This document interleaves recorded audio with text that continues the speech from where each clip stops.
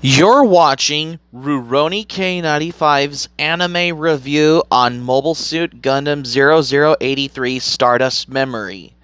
Hi Ruronis, this is your pal Rurouni K95 here. So today I decided to do another anime review because I decided to do a new anime review for today's anime review, which is Mobile Suit Gundam 0083 Stardust Memory. So let's start our review on Gundam Stardust Memory. In the prologue set during the Battle of Bao A Q in December Universal Century 0079, Xione's pilot Anavel Gato returns from combat to find Admiral Aguili Diaz telling him of the deaths of Garen and Isilia Zabi as the Zeon forces surrender. Despite the shock defeat, both men retreat and plan to return of Zeon. In October Universal Century 0083, the Federation space carrier Albion delivers two Gundam development Project GDP prototypes, the RX-78 GP-01 Zephyrinite phase and the GP-02A Physalis to the Torrington base in Australia for ground testing under the aegis of Anaheim Electronics engineer Ina Purpleton.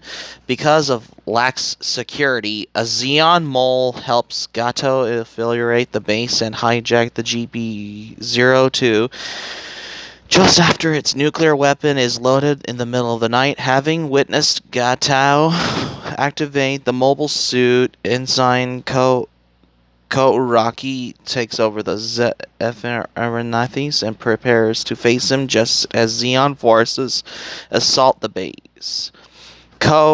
His friend Chuck, and veterans South Burning and Dick Allen follow Gato through the outback in an attempt to recapture the Phyllis. Xeon forces ambush them and kill Allen as Gato awaits Komusai shuttle for extraction. Destroys the shuttle, but it is actually a diversion.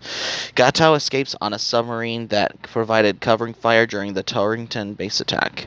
Back at the Torrington, Federation General John Cohen assigns Burning to lead the Albion's pursuit of Gato with a new crew of pilots to help him. And Keith join the mission. Lieutenant Bernard Monsha, one of the new additions, doubts Ko's capability to fly the GP-01 despite Nina's assurance that Ko handled the mobile suit well. Monsha challenges him to a first-shot mobile suit duel to see who better deserves to pilot the Zephyrinathes. Although Ko wins the match, Burning intervenes and sends both pilots to 1 week in the brig. Meanwhile, Gato heads for the buried diamond mine in East Africa, which is still occupied by Xeon holdouts from the 1-year war. Somewhere in East Africa, the Albion goes on patrol while Monsha faces Albion chief engineer Morabash's wrath for hitting on the ship's female crew and trying to sabotage Ko's landing after his search patrol. Gato arrives at the buried and boosts the morale of the soldiers. Meanwhile, Orville, the Xeon mole who helps Gato's infiltration in the first episode, he has been unmasked and flies out in the Core Fighter 2 to warn Ken and buried of the Albion's patrols, but could not find the base complex and is shot down by a Zaku patrol, I suppose. The Xeon forces mobilize and attack the Albion to buy time for Gato and the GP-02 to fly out into orbit using one heavy launch vehicle still in the base. The base holds out surrender as soon as Gato flies away. Gato flies back to the Garden of Thrones, a secret Xeon colony base in the Shorel Zone, to present the GP-02 to Delaz.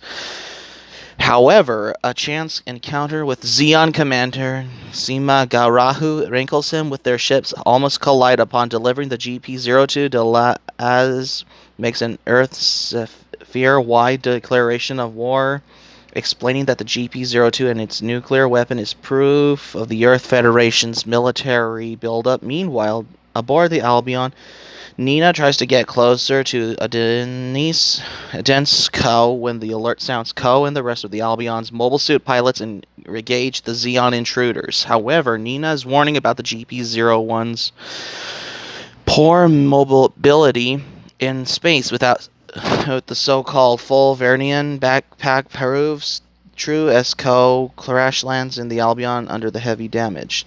The Albion arrives at the Van Braun city on the moon to have the GP-01 upgraded to full Venerian, while the crew goes on shore. Leave a cyanide comment from Mancha at a bar prompts Ko to wander around the city where he is beaten up by some thugs.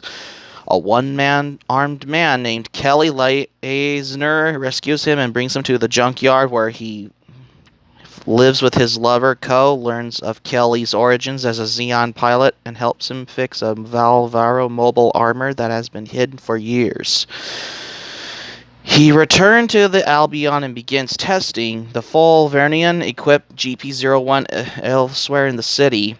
Semia blackmails Anaheim boss Gilbert O'Sullivan with the colony drops if he talks to the Federation about her. She also tells Kelly to get the Valvaro ready for action. Simia's blackmailing apparently works as Anaheim asks Nina to be resigned away from the Albion and out of the mobile suit development team altogether. Keith, who dates Mora, offers Ko movie tickets so he can ask Nina out after the field test. He does make a move, but a remark gets about the test. Nina angers Nina again. Meanwhile, Kelly gets paid in gold bullion for his work on the Valvaro, but is shocked to hear that the Zeon forces do not want him piloting for the new campaign license incest. Kelly takes out the mobile armor and challenges Ko to fight him, and so he could prove himself worthy of joining the Delaz fleet again. When Nina gets in the way, Ko finally admits his feelings for her and defeats Kelly, who does not bail out from the exploding Valvaro because he never installed an escape system. A few days out of Von Braun, Burning continues to train Ko and Keith, who later eggs him to giving Nina a chance. Keith also learns Mora's ire for showing him Mancha's private collection of Nina pictures, resupplied rendezvous by a Federation ship. It's cut short as the Albion detects the Federation flagship Birmingham, with General Green Wyatt aboard, meeting with Sima, and in the midst of the ensuing battle, Burning retrieves a briefcase that contains files for something called Operation Stardust and talks with Ko about them. However, a minor hit Burning GM's custom during the battle turns fatal as the mobile suit carries out of control and explodes. Uraki is promoted junior lieutenant as the crew mourns Burning's death. Ko and Keith continue to fight Zeon forces while on patrol on Pioth Solomon as Delaz welcomes the Axis advanced fleet into the Earth sphere. Gato prepares for his own part of an attack on the Pioth, which is hosting the naval review. The Dallas fleet keeps probing the Federation's defenses, keeping Ko occupied. A defense satellite detects Gato, however, breaking through another sector, and Iraqi is ordered to accept him before he crashes the review. He fails to get Gato in time as the Zeon pilot fires GP-02's Mk-82 nuclear bazooka at the Federation fleet with the Birmingham in the center of the sights. Gato retreats after the nuclear strike destroys the two-thirds of the Federation's fleet, but runs into Ko as Nina breaks down watching them fight. Both of their mobile suits take heavy damage in the pilot's fleet before they explode. Meanwhile, Seamus hijacks two colonies and transfer and later blow off one mirror from each of them. When the Albion crew is informed of the colony, Jack However, Nina correctly theorizes that the colonies will crash into each other with one in direct course of the moon. She also reveals the existence of a third Gundam built under the GDP.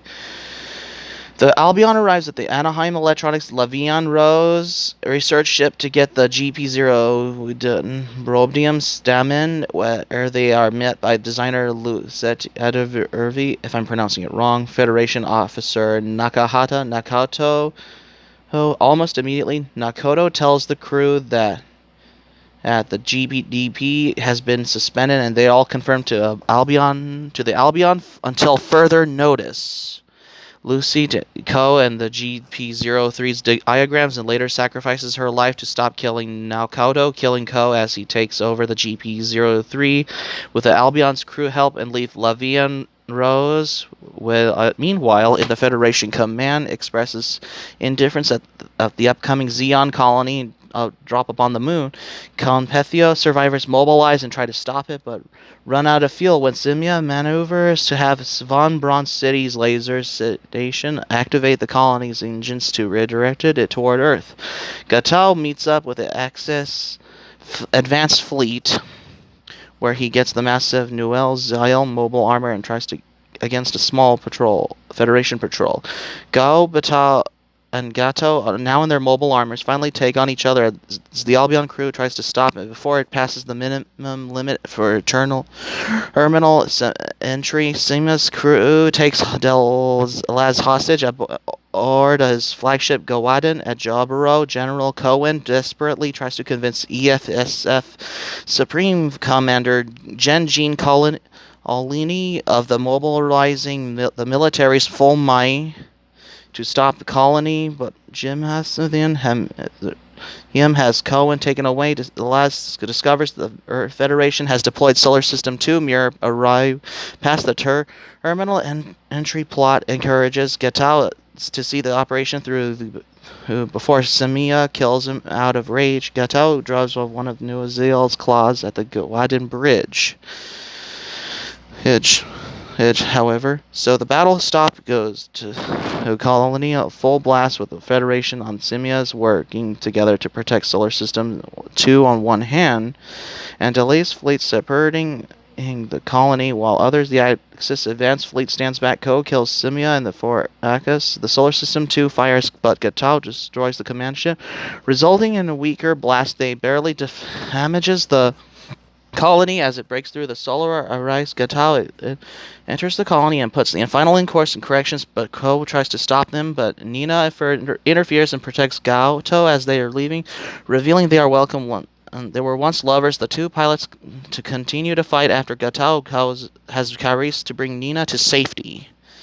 The Solar System 2 remains fire again, with the many forces on both sides were destroyed as the colony crashes into the Midwest. The Federation Axis Advanced Fleet leaving Air Spirit, having overstayed their welcome, but Gatao, the last fleet survivors, attempt breakthrough and dies in a kamikaze attack on a Federation ship. Several weeks later, Hiem and Bascom announce the creation of the Titans. All records of Operation Starship and the GP are erased, including the Co's 1-year labor sentence. He eventually reunites with Nina, Keith, and Mora. So the thing about Mobile Suit Gundam 0083 Stardust Memory, because it's a 13-episode OVA from March 23rd, 1991 until September 24th, 1992, I believe. And it's the premise when it takes place has the Earth Federation between the events of Mobile Suit Gundam and Zeta Gundam series, providing the backstory for the rise of the Titans organization, I suppose. So the thing about and speaking of which, Mobile Suit Gundam Stardust Memory had a compilation film such as Mobile Suit Gundam 0083 Stardust Memory, The Last Bits of Zeon, which appeared to open in Japanese theaters on August 29th, 1992. So that's going to be it for my anime review on Mobile Suit Gundam Stardust Memory. You guys, thanks for watching, but before we go, here's my quick thoughts. I have 4 volumes of Gundam 0083 Stardust memory in my anime collection, I suppose. Hope subscribe for content, anime plan link in the description down below. If you like this video, please click a like on this video by clicking the thumbs up, by clicking the like on this video. Please subscribe to my channel, RurouniK95. Feel free to join my channel as well. Click on my notifications bell button as well, because we're running out of time. So keep it otaku for this anime review. Anime, and that's it. So this is RurouniK95 saying thank you for watching my anime review. I'm glad you liked it. I hope you enjoyed it. Hope to see you soon and have a great day. This is RurouniK95 signing off, and thank you for watching my anime review.